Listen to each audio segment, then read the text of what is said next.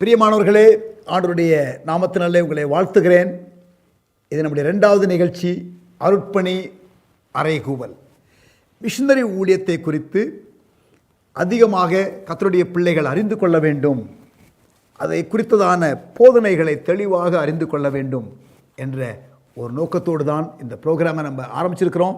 நீங்கள் ஆவலோடு பார்க்கிறதை குறித்து சந்தோஷம். ஆண்டவர் உங்களை ஆசீர்வதிப்பாராக. ஆனால் மறந்துடாதீங்க, போன நிகழ்ச்சியில் என்ன சொன்னோம்? You are blessed to be a blessing. நீங்கள் ஆசீர்வதிக்கப்படுவதற்கான நோக்கம் ஆசீர்வாத வாய்க்காலாக இருப்பது. இந்த ப்ரோக்ராமு ஆசீர்வாதத்தை பற்றி பேசுகிற ப்ரோக்ராம் இல்லை. ஆசீர்வாத வாய்க்காலாக எப்படி இருப்பது, ஆசீர்வாத வாய்க்காலாக நான் இருக்கிறேன் ஆண்டவரே என்று சொல்லிவிட்டால் நிச்சயமாகவே ஆசீர்வாதம் என்பது it is always going to be there. இஸ்ரவேலை ஆசீர்வதிப்பதே கர்த்தருக்கு பிரியம். தம்முடைய பிள்ளைகளை ஆசீர்வதிப்பது ஆண்டவருக்கு பிரியம். ஆனால் நாம் அந்த ஆசீர்வாதத்தினுடைய முகாந்திரத்தை அறிந்து கொண்டு ஆசீர்வாத வாய்க்காலாக இருக்கிறதற்கு விட்டு கொடுத்து விட்டால் ஆண்டவர் அதில் பிரியப்படுவார். அதுதான் ஆண்டவர் விரும்புகிற ஒரு காரியம். ஆகவே இந்த அருட்பணி அறைகூவல் என்ற இந்த நிகழ்ச்சியில் எதை நாம் ஃபோக்கஸ் பண்ண போகிறோம்? முதல் ப்ரோக்ராமில் we are blessed to be a blessing ன்னு நாம் பார்த்தோம். இன்றைக்கு எப்படி இந்த அருட்பணி, ஆண்டவருடைய அருட்பணி கடந்த 2000 ஆண்டுகளாக செய்யப்படுகிறது என்பதை நாம் பார்க்க போகிறோம். அது எப்படி ப்ரோக்ரஸ் ஆச்சு, இன்றைக்கு என்ன நிலைமையில் நாம் இருக்கிறோம் என்ற காரியங்களை இந்த நிகழ்ச்சியிலே பார்க்கலாம். சில நிமிடங்களுக்கு பிறகு நான் உங்களை சந்திக்கிறேன். உங்களுடைய செவிகளை தேவனுடைய இருதயத்தின் பக்கத்திலே வைத்தால் ஒருவரும் கெட்டு போகக்கூடாது, யாவரும் ரட்சிக்கப்பட வேண்டும் என்ற வார்த்தை தான் ரீங்காரம் விடுவதை நீங்கள் கேட்பீர்கள். Not everybody is called to be a missionary, but every believer is called to be involved in missions. இந்த ராஜ்யத்தின் சுவிசேஷம் சகல ஜாதிகளுக்கும் அறிவிக்கப்படும். அப்பொழுது முடிவு வரும். நான் ஒரு சாதாரண விசுவாசி தான், நான் எப்படி தேவனுடைய திட்டத்தில் ஈடுபடுவது? அந்நிய பாஷையின் அபிஷேகம் எதற்காக? அனைத்து பாஷையினரையும் சந்திப்பதற்காக. வட இந்திய ஊழியத்திற்காக நான் ஜெபிக்கிறேன், கொடுக்கிறேன். வேற என்ன செய்ய வேண்டும்? பிரதான கட்டளை என்பது முடிந்தால் செய்யுங்கள் என்று தேவன் சொல்லவில்லை, கண்டிப்பாக செய்ய கொடுத்த கட்டளை. அருட்பணி அறைகூவல், partnering with God in missions.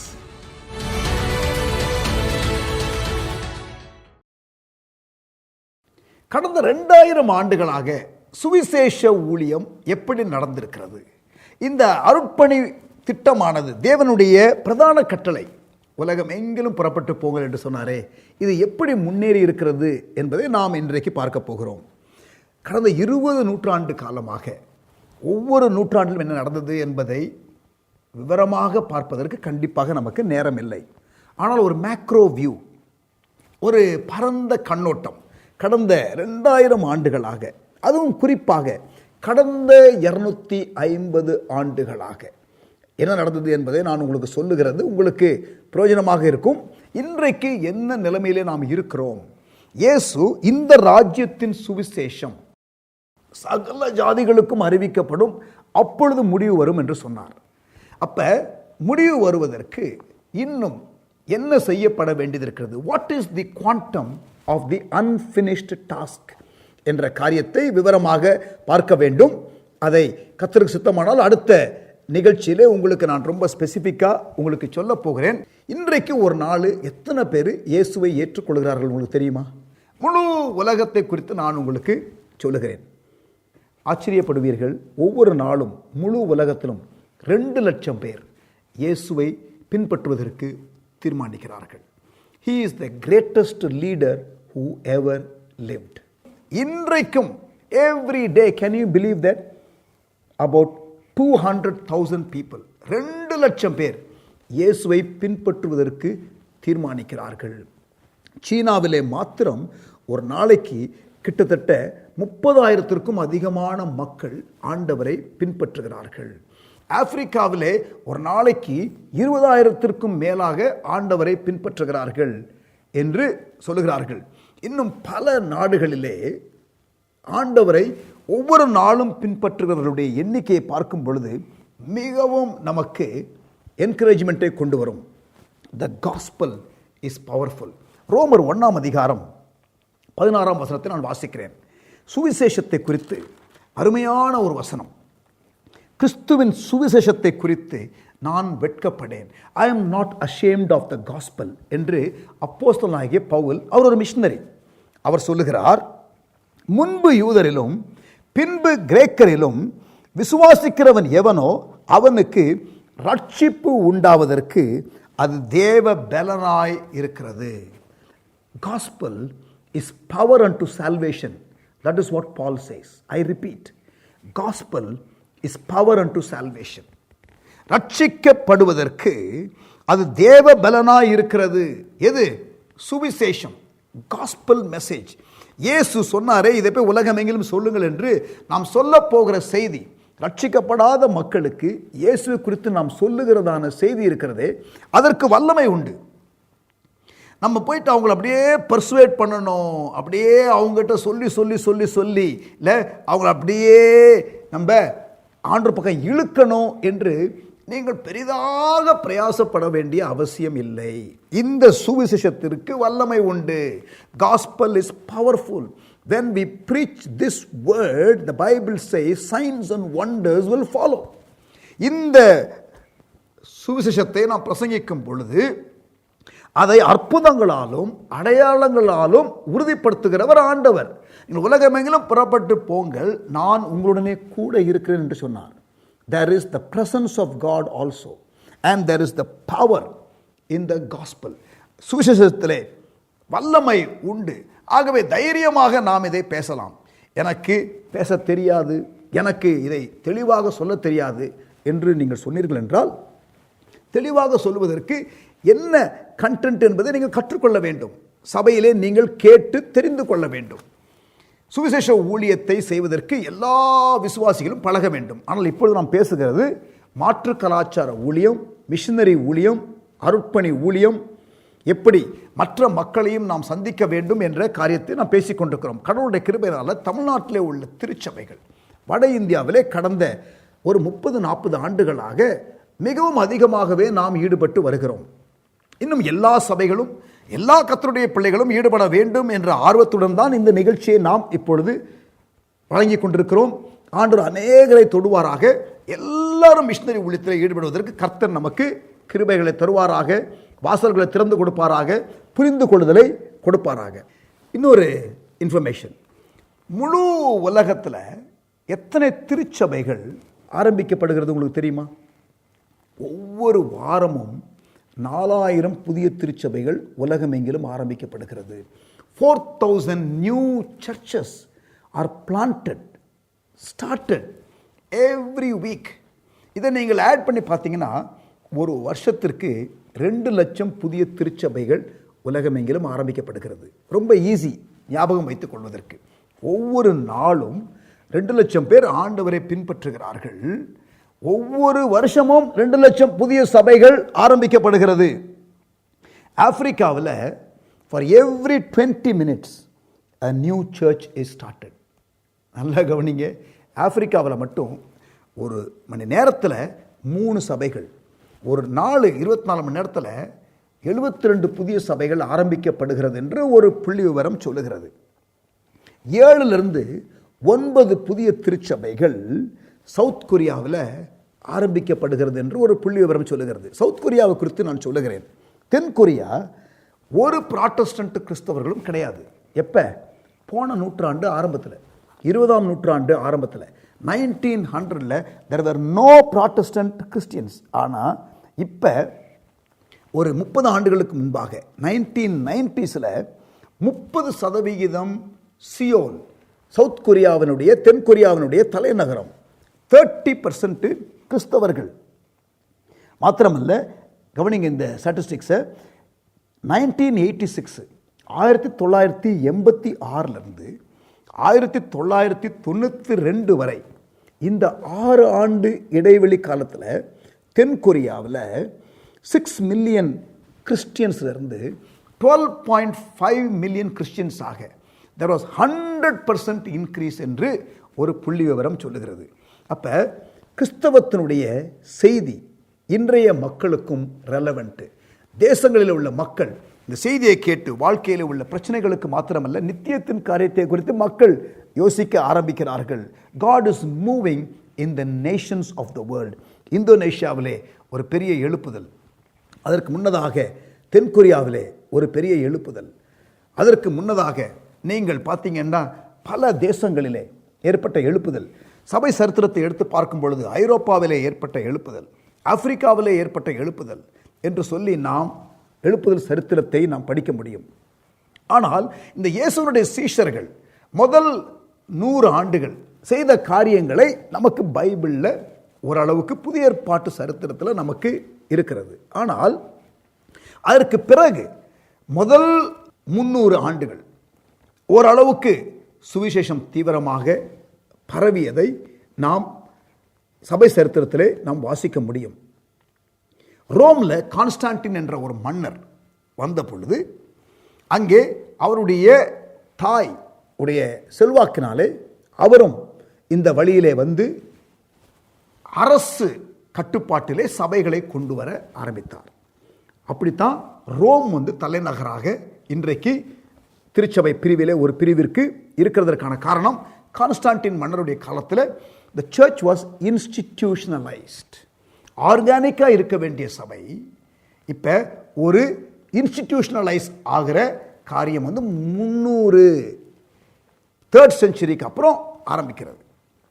அப்படியே பார்க்கும் பொழுது சபையானது ஸ்டேட் கண்ட்ரோலில் வந்த உடனே நிறைய காரியங்கள் நடக்க ஆரம்பித்தது. பைபிளில் இல்லாத பல காரியங்கள் செயலுக்கு வர ஆரம்பித்து விட்டது. அதற்கு பிறகு பார்த்தீங்கன்னா கிட்டத்தட்ட ஒரு 1000 ஆண்டுகள் எழுப்புதல் இருந்தது, ஆங்காங்கே இருந்தது. பட் உலகம் எல்லா தேசங்கள் என்று எடுத்துக்கொண்டால் அப்படியே பாரம்பரியம் வர ஆரம்பித்தது. Tradition began to take root. ஒவ்வொரு பாரம்பரியமாக வந்து கடைசியில் 14வது நூற்றாண்டு கடந்து மார்ட்டின் லூத்தர் என்ற ஒரு பாதிரியார் பைபிளுக்கும் இன்றைக்கு நடக்கிற காரியங்களுக்கும் பல வித்தியாசங்கள் இருக்கிறது என்று சொல்லி குரல் கொடுத்து 95 காரியங்கள் திருத்தப்பட வேண்டிய காரியங்கள் என்று சொல்லி எல்லா ஊழியர்களுடைய குருமார்களுடைய வீடுகளிலே அந்த அறைகளிலே வாசல்ல போயிட்டு அடித்தார். He nailed the thesis, the 95 thesis என்று சொல்லி ரிஃபர்மேஷன் சரித்திரத்தை நீங்கள் வாசிக்கும் பொழுது நீங்கள் வாசிக்கலாம். அந்த 14ஆம் 15ஆம் நூற்றாண்டு காலத்திலிருந்து இப்போ நான் சொல்கிறது உங்களுக்கு எல்லாம் உங்களுக்கு புரியலனா கூட அப்படியே கவனிச்சுக்கிட்டே வாங்க, புரிகிற காரியங்கள் புரியட்டும். எப்படி கடந்த 2000 ஆண்டுகளாக சபையானது உலகம் எங்கிலும் அப்படியே வளர்ந்து வந்தது என்பதை நான் உங்களுக்கு ஒரு பரந்த கண்ணோட்டம் கொடுத்து கொண்டிருக்கிறேன். கடந்த 500 ஆண்டுகளாக, லாஸ்ட் 500 இயர்ஸ், இழந்து போன சத்தியத்தை, பாரம்பரியத்திற்கு இழந்து போனதான சத்தியத்தை ஒவ்வொன்றாக சபையானது மீட்டுக்கொண்டே இருக்கிறது. சபை இழந்த மாணிக்கங்கள் அதை ஒவ்வொன்றாக பெற்றுக்கொண்டே வருகிறது. இன்றைக்கு பல ஸ்தாபனங்கள், பல இயக்கங்கள், பல டினாமினேஷன் இருக்கிறது. காரணம் தெரியுமா? ஒவ்வொரு டினாமினேஷனும் ஒவ்வொரு புதிய சத்தியத்தை வெளிப்பாடாக பெற்றுக்கொண்ட பிறகு அவர்களுக்கு அதற்கு முன்னதாக இருந்ததான இயக்கம் வந்து எதிர்ப்பு தெரிவிக்கிறதுனால தான் இந்த மாதிரி காரியங்கள் வருகிறது. எப்படி ப்ராட்டஸ்டன்ட்டுங்கிற பேர் வந்துச்சு? யார் கொடுத்தா நமக்கு ப்ராட்டஸ்டன்ட்டுங்கிற பேர்? ஏன்னா ஒரு குறிப்பிட்ட சபை அமைப்பிலிருந்து, கத்தோலிக்க சபையிலிருந்து இருந்த சில காரியங்கள் சரியில்லை என்று மார்ட்டின் லூத்தர் குரல் கொடுத்த உடனே அந்த சபையார் என்ன சொன்னார்கள்? நீ ப்ரொட்டஸ்ட் பண்ணுற ப்ரொட்டஸ்டன்ட், புரியுதா? நீ கிளர்ச்சியாளர், நீ வந்து எதிர்ப்பு தெரிவிக்கிற ஆள், ப்ரொட்டஸ்ட் பண்ணுற ஆள். ஸோ ப்ராட்டஸ்டன்ட்டுங்கிற வேர்டு நமக்கு வந்தது வந்து ஆக்சுவலாக வந்து ஏற்கனவே இருந்த சபை அமைப்பாளர்கள் நமக்கு கொடுத்த பேர், புரியுதா? இது 500 ஆண்டுகளுக்கு முன்னதாக நடந்த ஒரு உண்மை சபை சரித்திர நிகழ்வு. சரி, இப்போ மார்ட்டின் லூத்தரையே தெய்வம் போல சிலர் என்ன பண்ணிட்டாங்க, கொண்டு போக ஆரம்பிச்சிட்டாங்க. அப்போ நான் வந்து லூத்தரை சேர்ந்தவன் என்று சொல்லி அவரை மையப்படுத்தி அப்போ லூத்தரன் என்ற ஒரு இயக்கம் வந்து விட்டது. அப்புறம் அப்படியே பார்த்தீங்கன்னா சபையானது இது வந்து ஜெர்மனியில் அதிகமாக இருந்தது. நிறைய தியாலஜிக்கல் புக்ஸ்லாம் ஜெர்மன் லாங்குவேஜில் தான் இருக்கிறது. சரி, இப்போ அப்படியே இங்கிலாந்துக்கு பரவியது. இங்கிலாந்தில் அங்கே இருந்ததான அந்த ராஜ குடும்பம் அதை பொறுப்படுத்திக் கொண்டது.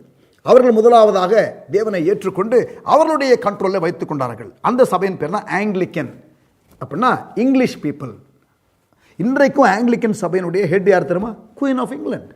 She is the head of the Anglican church worldwide. அப்போ அது ஆங்கிலேயர்களுடைய கண்ட்ரோல்னு வந்துருச்சு. சரியா? அப்போ வந்து ஆங்கிலேயர்கள் உலகமெங்கிலும் பல நாடுகளை ஆண்டார்கள் இல்லையா? மிஷினரிகளையும் அனுப்புவாங்க, வியாபாரிகளையும் அனுப்புவாங்க. ஸோ இந்த மாதிரி காரியங்கள் நடந்து கொண்டே இருக்கிறது. ஆங்கிலிக்கன் சபைக்குள்ளே இருந்த ஒரு ஆள் தான் ஜான் வெஸ்லி. அங்கே வந்து அவருக்கு துடிப்பு, பிரசங்கம் பண்ணணும், ஆண்டவருடைய அழைப்பு உள்ள அவங்கள பிரசங்கம் பண்ண உடலை. அவர் என்ன பண்ணிட்டார், ஒரு குதிரை மேலே ஏறி ஊர் ஊராக போயிட்டு தெரு தெருவாக பிரசங்கம் பண்ண ஆரம்பிச்சிட்டார்.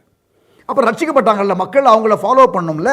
உடனே என்ன பண்ணார் தெரியுமா, அவர்கள் எல்லாரையும் சின்ன சின்ன குரூப்ஸ், ரொம்ப சிஸ்டமேட்டிக்கான ஆள் யார், ஜான் வெஸ்லி, எழுப்புதல் வீரர். இவர் என்ன பண்ணுறாரு, இவர் மூலம் ரட்சிக்கப்பட்ட எல்லா மக்களையும் அப்படியே ஸ்மால் ஸ்மால் குரூப் ஃபார்ம் பண்ணி அவங்கள சிஸ்டமேட்டிக்காக கொண்டு வராரு. என்ன சொன்னாங்க தெரியுமா, பேர் அவங்களுக்கு வச்சாங்க தெரியுமா, மெத்தடிஸ்ட்டு. மெத்தாடிக்கலாக பண்ணுறாருல, வச்சுட்டாங்க பேர் மெத்தடிஸ்ட்டு. ஆங்கிலிக்கன்னு வெள்ளக்காரன் வச்சதுனால அவனுக்கு ஆங்கிலிக்கன் சர்ச்சு. லுத்தரை பின்பற்றதுனால லுத்தரன், சொல்கிறது புரியுதா, ப்ரொட்டஸ்ட் பண்ணதுனால ப்ரொட்டஸ்டன்ட்.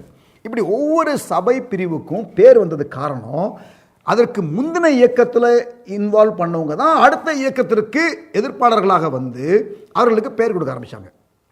அப்புறம் ஜான் வெஸ்லியுடைய மெத்தடிஸ்ட் இயக்கத்தில் இருக்கும் பொழுது ஞானஸ்நானம் வந்து மூழ்கி தான் கொடுக்கணும் அப்படிங்கிற சத்தியத்தை வந்து ஒரு சில மக்கள் பைபிள்லாம் பார்த்து ஞானஸ்தானம் என்பது மூழ்கி தான் எடுக்கணும் என்ற காரியத்தை, என்னால் மரித்து இயேசு எனக்காக உயிர்த்தெழுந்தார் என்பதை உலகத்திற்கு காட்டுகிற ஒரு அடையாள செயல். ஆகவே ஞானஸ்தானம் வந்து மூழ்கி தான் எடுக்கணும், அடல்ட் தான் எடுக்கணும், சைல்டு பேப்டிசம் வந்து தப்பு அப்படிங்கிற காரியத்தை வலியுறுத்தின இயக்கம் யாரு, பேப்டிஸ்ட். ஞானஸ்தானத்தை வலியுறுத்தினாங்களா, உடனே என்ன வச்சுட்டாங்க பேர், பேப்டிஸ்ட். நான் சொல்றது புரியுதா உங்களுக்கு? அப்படி உலகம் எங்கிலும். அப்புறம் வந்து போன நூற்றாண்டு ஆரம்பத்தில் என்னாச்சு, பரிசுத்தாவின் அபிஷேகம், பரிசுத்தாவின் அபிஷேகம் என்று சொன்ன உடனே பென்டிகாஸ்டல். சொல்றது புரியுதா? ஸோ எல்லாமே ஸ்தாபனத்தின் அந்த பிரிவினுடைய பெயர்கள் யாரால கொடுக்கப்படுகிறது? அதற்கு முன்பதாக ஏன் ரோமன் கேத்தலிக்னு வச்சாங்க? ரோம் ஹெட் குவார்ட்டர்ஸ் ஆயிடுச்சு 3ஆம் நூற்றாண்டுல இருந்து, கான்ஸ்டான்டின் காலத்துல இருந்து. எப்படி இஸ்ரேலில் ஆரம்பிச்சதான இந்த இயக்கம் கிறிஸ்டியானிட்டி எப்படி ரோமுக்கு போச்சு? கான்ஸ்டான்டின் காலத்தில். இஸ்ரேலில் தானே இருந்திருக்கணும், ஏன் அங்கே போச்சு? அவர் கண்ட்ரோல் எடுத்துட்டார். ஸோ இன்றைக்கு அப்படி தான் இன்றைக்கி ரோமன் கேத்தலிக்குடைய ஹெட் குவார்ட்டர்ஸ் எங்கே இருக்குது, ரோமில் இருக்குது. பேரே ரோமன் கேத்தலிக்கு. சொல்கிறது புரியுதா? ஸோ இப்படி எல்லாமே Protestant, Lutheran, Anglican, Baptist, Pentecost, இன்னும் நிறைய பிரிவுகள், கேரிஸ்மேட்டிக் அப்படின்னு ஒன்று இருக்குது. இப்படி நிறைய இன்னும் டீட்டெயிலாக சொல்ல முடியும். ஆனால் சபை சரித்திரத்தை குறித்து ஊழியர்களுக்கு நாங்கள் பயிற்சி கொடுக்கும் பொழுது பைபிள் காலேஜில் பாஸ்டர்மார்களுக்கு நாங்கள் டீட்டெயிலாக இதெல்லாம் நாங்கள் சொல்லுவோம். ஆனால் இப்போ நீங்கள் இதை குறித்து இன்னும் விரிவாக படிக்க வேண்டும் என்றால் சர்ச் ஹிஸ்ட்ரி என்ற புஸ்தகத்தை நீங்கள் வாங்கி நீங்கள் வாசிக்கலாம். ஆனால் நம்ம வேகமாக இன்னொரு காரியத்தை கடந்து போவோம். நவீன கால மிஷினரி இயக்கத்தினுடைய 3 அலைகள், 3 waves of modern missionary movement. அதை நான் உங்களுக்கு அறிமுகம் தான் படுத்த போகிறேன். அதற்கு பிறகு அடுத்த நிகழ்ச்சியில் இன்னும் விரிவாக அதை குறித்து ஆழ்ந்து உங்களுக்கு விளக்கி சொல்லப் போகிறேன். என்றால் அதில் 3வது அலை என்று சொல்லுகிற இப்பொழுது இருக்கிறதான அலையை குறித்து புரிந்து கொள்ள வேண்டியது மிக மிக அவசியமான ஒன்று. இந்த மிஷினரி இயக்கம் அப்படியே நடந்து கொண்டே இருந்தது. அப்படித்தான் ஒரு 250 ஆண்டுகளுக்கு முன்பாக தரங்கம்பாடி என்ற இந்த நம்முடைய தமிழ்நாட்டிற்கு மிஷினரியாக ஜீகன் பால்கு வந்தார்.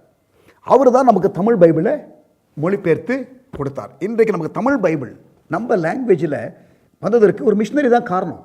மிஷினரிகள் ஒரு இடத்துலேருந்து இன்னொரு இடத்துக்கு போகாவிட்டால் நமக்கு பைபிள் கிடையாது. இப்போ மாடர்ன் மிஷினரி மூவ்மெண்ட் என்று எடுத்துக்கொண்டால் இந்த கடந்த 250 ஆண்டுகளை குறிப்பாக சொல்லலாம்.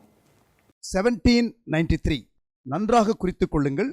1793 இந்தியாவில் கல்கத்தாவில் வில்லியம் கேரி என்ற ஒரு மிஷினரி இங்கிலாந்து தேசத்திலிருந்து வந்து முதலாவது இறங்குகிறார். கல்கத்தாவில் மிஷினரி வில்லியம் கேரி. இவருக்கு ஒரு நல்ல ஒரு பெயர் கொடுத்திருக்கிறார்கள் சபை சரித்திர தலைவர்கள், சபை சரித்திரத்தை எழுதினவர்கள். The father of modern missionary movement, நவீன கால மிஷினரி இயக்கத்தின் தந்தை என்று வில்லியம் கேரிக்கு கொடுத்திருக்கிறார்கள். அவர் ஒரு செருப்பு தைக்கிறவர்களுடைய கடையில் ஒரு உதவிக்காரனாக இருந்த ஒரு மனுஷன். ஆனால் உலக வரைபடத்தை வைத்து அவர் அதற்காக ஜெபித்து இந்தியாவிற்கு ஆண்டவர் போக சொல்லி அவர் இந்தியாவிற்கு வருகிறார். அது நவீன கால மிஷினரி இயக்கத்தினுடைய ஆரம்பம். அதற்கு பிறகு அநேக மிஷினரி இயக்கங்கள் கடந்த 250 ஆண்டுகளாக முழு உலகத்திலும் நாம் பார்க்கலாம். அதை ஒவ்வொன்றாக, அது இந்தியாவிலே குறிப்பாக ஏற்பட்ட மிஷினரி இயக்கத்தை குறித்து நாம் 1960-70களிலிருந்து ஆரம்பிக்கப்பட்ட சுதேசி மிஷினரி இயக்கங்கள், அதை குறித்தெல்லாம் நாம் படிக்க போகிறோம். ஆனால் இந்த மிஷினரி வில்லியம் கேரி வந்தாரே, அவர் இந்தியாவின் கரையை எட்டினார். அதே காலகட்டத்தில் தான், கிட்டத்தட்ட சில ஆண்டுகளுக்கு முன்பாகத்தான் தரங்கம்பாடியில் சீகன்பால்க்கு வந்தார். எல்லா மிஷினரிகளுமே கர்த்தர் அழைத்த பொழுது அவருடைய தேசத்தை விட்டு கப்பல் ஏறி அப்படியே கடல் மார்க்கமாய் இன்னொரு தேசத்திற்கு போய் கடலோரத்திலே அவர்கள் ஊழியத்தை ஆரம்பித்தார்கள். நன்றாக கவனிங்க, இதுக்கு கடலோர அருட்பணி அலை என்று சொல்வார்கள். கோஸ்டல் மிஷன்ஸ் ஈரா, கடலோர அருட்பணி அலை என்று சொல்வார்கள். அதற்கு பிறகு சில 50, 60, 70 ஆண்டுகள் கழித்து நிறைய பேருக்கு உள்ள ஒரு கேள்வி, நம்மெல்லாம் மிஷினரிகளாக புறப்பட்டு போகிறோம், கடலோரத்தில் போயிட்டு அப்படியே அந்த 100 நாட்டினுடைய கோஸ்டல் ஏரியாவிலிருந்து ஊழியம் செய்கிறோம். கல்கத்தா, தரங்கம்பாடி, இப்படி உலகத்தில் பல நாடுகளுக்கு போனாங்க பல மிஷினரிஸ். அதில் கீ லீடர் வில்லியம் கேரி, இந்த முதல் மிஷினரி அலையில் இப்படி போயிட்டு இருந்தாங்க. ஆனால் 2வது மிஷினரி அலை என்று சொல்லப்படுகிறதான உள்நாட்டு அல்லது உள்ளூர் அருட்பணி அலை என்று சொல்லுகிற இன்லேண்ட் மிஷன்ஸ் ஈரா, உள்ள நாடையும் சந்திக்கணும் என்ற ஒரு அழுத்தம் வந்தது. Hudson Taylor, China inland mission, Africa inland mission, Sudan interior mission, பல ஸ்தாபனங்களுடைய பேர் பார்த்தீங்கன்னா இன்லேண்டு இன்டீரியர்னு வரும். உள்ளூர் அருட்பணி, David Livingstone Africa, China Hudson Taylor, இவர்கள் எல்லாம் இந்த 2வது மிஷினரி அலைகளிலே ஈடுபட்டவர்கள். இதை குறித்து நாம் விரிவாக அடுத்த நிகழ்ச்சியிலே பார்க்க போகிறோம். அறிமுகம் தான் நான் உங்களுக்கு செய்கிறேன். 3வதாக கடந்த 1974 ஆண்டு, நல்ல கவனிங்க, கிட்டத்தட்ட 50 ஆண்டுகளுக்கு முன்பாக பில்லி கிரஹாம் லூசான் என்ற ஒரு இடத்துல முழு உலகத்தில் உள்ள எல்லா இவாஞ்சலிஸ்டையும் கூட்டி உலகத்தை சுவிசேஷமயமாக்குவது எப்படி என்ற ஒரு கருத்தரங்கை, ஒரு குளோபல் காங்கிரஸ் ஆன் இவாஞ்சலைசேஷன் வைத்தார். அதில் ரால்ஃப் வின்டர் என்ற ஒரு தேவனுடைய மனுஷன், நீங்கள் ஒவ்வொரு தேசத்தை குறித்து பேசுகிறீர்கள், ஒவ்வொரு தேசத்தை சந்திக்கிறதை குறித்து பேசுகிறீர்கள். இன்றைக்கு உலகத்தில் எல்லா நாடுகளிலுமே மிஷினரிகள் இருக்கிறார்கள், எல்லா நாடுகளிலுமே சபைகள் இருக்கிறது. அது அல்ல பிரதான கட்டளை. உலகம் எங்கிலும் புறப்பட்டு சகல ஜாதியும் சீஷராக்குங்கள். Every tongue, tribe, nation, every people group, every language group, every cultural group must be reached with the gospel என்ற ஒரு முழக்கத்தை ரால்ஃப் வின்டர் என்ற தேவனுடைய மனுஷன் அங்கே அறைகோவலிட்டார், சேலஞ்ச் பண்ணார். வந்த எல்லா கிட்டத்தட்ட 5000 ஊழியர்கள் எல்லா நாடுகளிலிருந்து வந்தார்களாம். அங்கே சேலஞ்ச் பண்ணார். நம்ம நாட்டிலிருந்து நிறைய ஊழியர்கள் போயிருந்தாங்க. இந்த 3வது அலையை தான் ஃப்ரான்டியர் மிஷன்ஸ் ஈரா, அதாவது நீங்கள் கடைசியாக சந்திக்கப்பட வேண்டிய தேவன் சொன்ன கட்டளை என்று சொல்லி ஃப்ரான்டியர் மிஷன்ஸ் ஈரா அல்லது முன்னணி அருட்பணி ஊழியங்கள் என்று சொல்லுகிறார்கள். நன்றாக கவனிங்க, 3 மிஷினரி அலைகள். கடலோர அருட்பணி அலை, 2வது இன்டீரியர் மிஷன்ஸ் அல்லது இன்லேண்ட் மிஷன்ஸ், உள்ளூர் அருட்பணி அலை காலம் என்று சொல்லலாம். 3வதாக முன்னணி அருட்பணி அலை. இன்றைக்கு நாம் என்ன செய்து கொண்டிருக்கிறோம்? இயேசு சொன்னார் தெரியுமா, இந்த ராஜ்யத்தின் சுவிசேஷம் சகல ஜாதிகளுக்கும் அறிவிக்கப்படும், அப்பொழுது முடிவு வரும். இயேசுனுடைய 2ஆம் வருகைக்கு முன்பாக சகல ஜாதிகள், சகல கோத்திரங்கள், சகல பாஷைக்காரர்கள் எல்லாருக்கும் சுவிசேஷம் அறிவிக்கப்படும். அந்த காலகட்டத்திலே வாழ்கிறோம். நவீன கால மிஷினரி இயக்கம் என்ன?